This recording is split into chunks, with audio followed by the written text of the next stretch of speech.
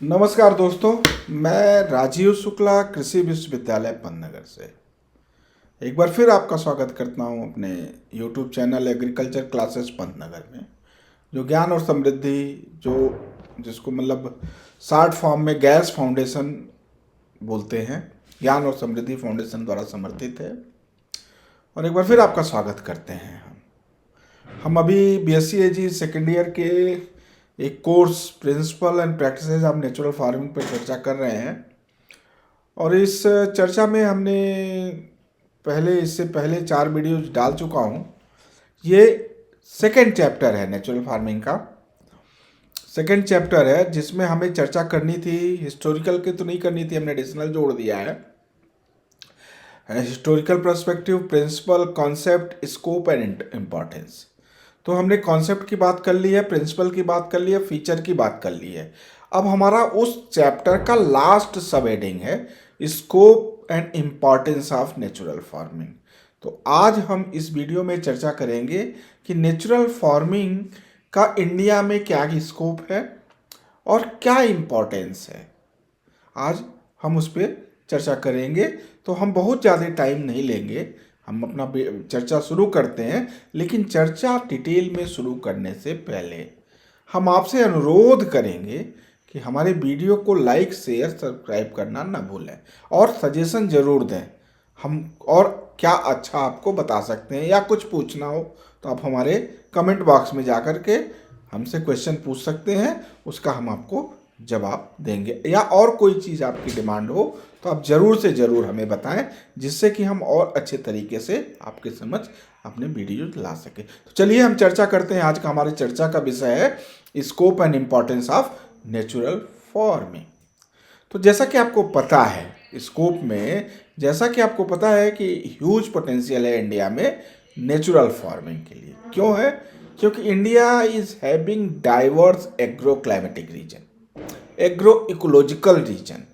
और जितने ही diverse agro ecological region होंगे उतने ही ज़्यादा स्कोप होगा नेचुरल फार्मिंग का, ज़्यादा स्कोप होगा। और अगर आप इंडिया के पास पहला डाइवर्स एग्रो क्लाइमेटिक जोन है, एग्रो इकोलॉजिकल जोन है, दूसरा traditional and ancient knowledge. India वो कंट्री है जिसके पास बहुत ही सारा एंशिएंट और ट्रेडिशनल नॉलेज का खजाना है। तो इसलिए नेचुरल फार्मिंग इंडिया में बहुत स्कोप है नेचुरल फार्मिंग का।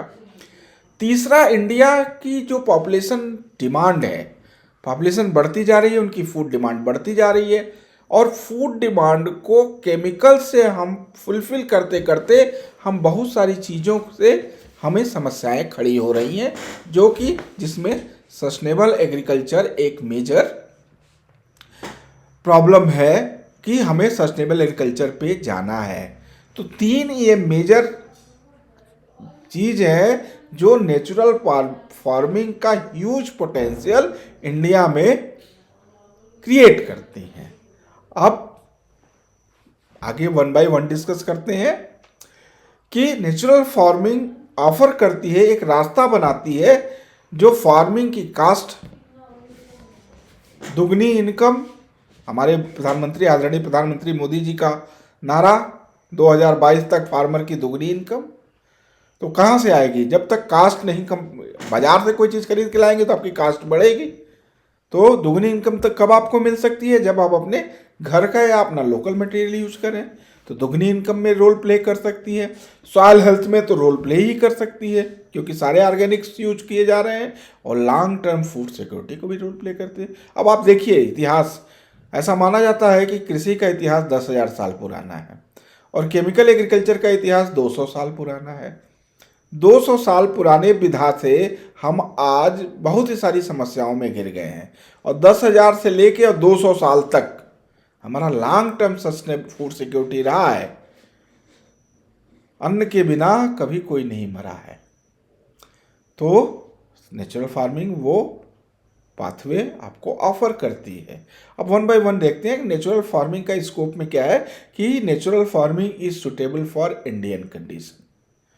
जैसे इंडिया का क्लाइमेट हमने बताया, रिच बायोडाइवर्सिटी है। आप अमेरिका में चले जाएं, किसी स्टेट में, काउंटी में, आप लंदन में चले जाएं, आप इंग्लैंड से लेकर के और आप विजिट करें, अगर स्वीडन तक ले जाएं, आप बेल्जियम तक जाएं, स्वीडन तक जाएं, तो आपको बड़ा मोनोटाइप की बायोडाइवर्सिटी मिलेगी।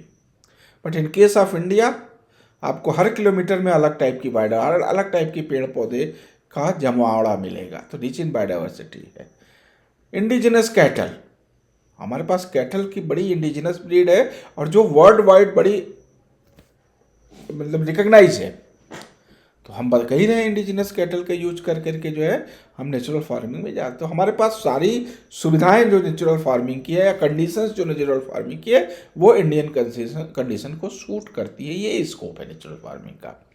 लो कास्ट फार्मिंग सिस्टम, हमने आपको अभी डिटेल बताया कि लो कास्ट फार्मिंग सिस्टम में क्या है कि डिपेंडेंसी ऑफ केमिकल फर्टिलाइजर को रिड्यूस हमें करना ही करना है, क्योंकि हमारे फार्मर पुअर है। और अगर कोई ऐसी विधा मिल जाती है जिससे हम मार्केट की इनपुट्स को अवॉइड कर सकें तो हमारे फार्मर को हेल्प होगा और इंक्रीज प्रॉफिट होगा। तो दूसरा हमारी ऑलरेडी जो सिस्टम है, हमारी इंडियन एग्रीकल्चर लो कास्ट फार्मिंग सिस्टम है, इसीलिए फार्मर हाई कास्ट बनाने के चक्कर में कर्जे में डूब रहा है। Then employment generation, natural farming में वो सारी सुविधाएं हैं। जब आप अगर आप मान लिया फर्टिलाइजर बाजार से ले आए, उसमें कौन सा एम्प्लॉयमेंट जनरेशन हुआ? कोई नहीं हुआ। लेकिन वही फर्टिलाइजर जीवामृत, घन जीवामृत, निमास्त्र या कोई पेस्टिसाइड आपने जो बाजार से लाया उसमें कोई नहीं हुआ। लेकिन ये चीज़ों को बनाने में एम्प्लॉयमेंट जनरेशन होता है, जिससे रूरल लाइवलीहुड सिक्योरिटी भी मेंटेन होती है और यूथ को वापस फार्मिंग में आने के लिए इनकरेज मिलता है। एक्सपोर्ट पोटेंशियल, आप ग्लोबल डिमांड में आजकल नेचुरल फार्मिंग या ऑर्गेनिक प्रोड्यूस की बड़ी डिमांड है, केमिकल फ्री फूड्स की बड़ी डिमांड है। अगर अच्छे तरीके से कहें तो एक्सपोर्ट पोटेंशियल में रोल प्ले करता है नेचुरल फार्मिंग। इंडिया के एक्सपोर्ट पोटेंशियल को स्ट्रेंथन करेगा, ये स्कोप है बहुत ज़्यादा। पॉलिसी सपोर्ट, अभी हमने पीछे भी बताया है कि गवर्नमेंट भारत सरकार ने बहुत सारी सपोर्ट किया है नेचुरल फार्मिंग की, जिसमें भारतीय प्राकृतिक कृषि पद्धति, परंपरागत कृषि विकास योजना, आपका पीएम प्रणाम योजना, ऐसे बहुत सारी योजनाएं चला रहा है जो नेचुरल फार्मिंग को सपोर्ट करती है। उससे नेचुरल फार्मिंग का स्कोप भी कंट्री में बढ़ता है। अब बात आती है कि इससे क्या क्या होगा, इंपॉर्टेंस क्या है नेचुरल फार्मिंग का। स्कोप हमने आपसे चर्चा कर ली, अब इंपॉर्टेंस क्या है। तो अगर आप नेचुरल फार्मिंग की तरफ जाते हैं या natural farming ecological and environmental sustainability को बढ़ावा देती है। ये किसी भी तरीके के पोल्यूशन, चाहे सॉइल पोल्यूशन हो, वाटर पोल्यूशन हो, एयर पोल्यूशन हो, डिग्रेडेशन ऑफ बायोडाइवर्सिटी हो या degradation of beneficial insect pest हो, माइक्रो, सबको मैनेज करती है और इकोलॉजिकल स्टेबिलिटी या इन्वायरमेंटल सस्टेनेबिलिटी को प्रमोट करती है। दूसरा इसका इंपॉर्टेंस क्या है, सॉइल हेल्थ।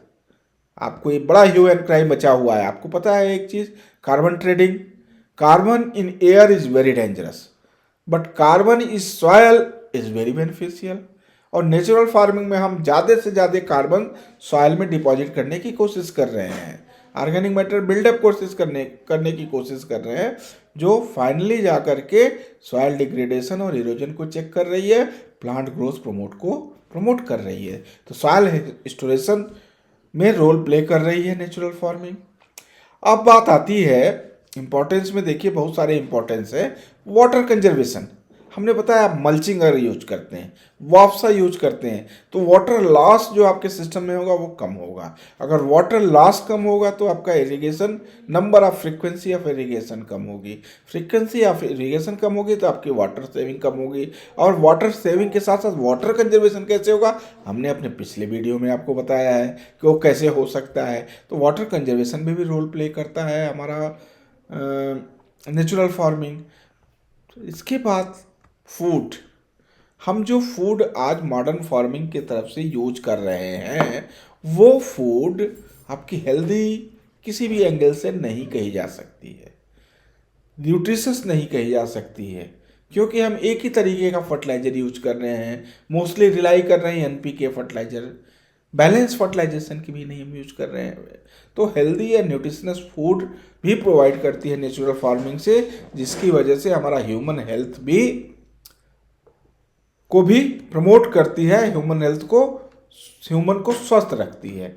इसके बाद हमने अभी बताया कि रिड्यूस कास्ट ऑफ कल्टीवेशन करती है, इनपुट कास्ट कम करती है, डिपेंडेंसी ऑफ मार्केट कम करती है, और प्राइस फ्लक्चुएशन, क्योंकि जब आप अपना घर का सब यूज करेंगे तो मार्केट की प्राइस से आप इंडिपेंडेंट रहेंगे, उसके फ्लक्चुएशन से आपको बहुत ज़्यादा फर्क नहीं पड़ता है, क्लाइमेट के शॉक से बहुत ज़्यादा फर्क नहीं पड़ता। तो इस वजह से आपकी एनवायरमेंटल स्टेबिलिटी के साथ साथ आपको इकोनॉमिक स्टेबिलिटी में हेल्प करती है नेचुरल फार्मिंग। इसके बाद आता है क्लाइमेट चेंज। पूरे वर्ल्ड में मचा हुआ है तहलका कि भाई क्लाइमेट चेंज हो रहा है। हर तीसरा व्यक्ति, इवन जो चोरी करता है व्यक्ति, वो भी ब्लेम करता है कि हमारी चोरी ठीक से नहीं हो पा रही है क्योंकि क्लाइमेट चेंज हो गया है। अमेरिका का एक पेपर था किसी ज़माने में, उसमें एक कार्टून छपा था जिसमें एक ठग जो है, चोर, कार्टून है, मुझे याद नहीं आ रहा है कि वो पेपर कौन सा पेपर था, लेकिन कार्टून मुझे याद आ रहा है कि एक ठग था और वो सर पे हाथ रख करके कह रहा है कि हमारी जो ठगी है वो ठीक से नहीं चल पा रही है क्योंकि इसके अल्लिनो इसके लिए रिस्पॉन्सिबल है, हमारी चोरी के लिए अल्लिनो रिस्पॉन्सिबल है। तो आजकल बड़ा ह्यू एंड क्राई मचा हुआ है क्लाइमेट चेंज में। तो अब वही हमने बताया कि carbon is the major culprit for climate change global, and carbon in soil is the major beneficial thing for the soil. तो deposition of carbon from air to soil, natural farming में be one of the main pathway to reduce the carbon threat in the environment and manage the climate change.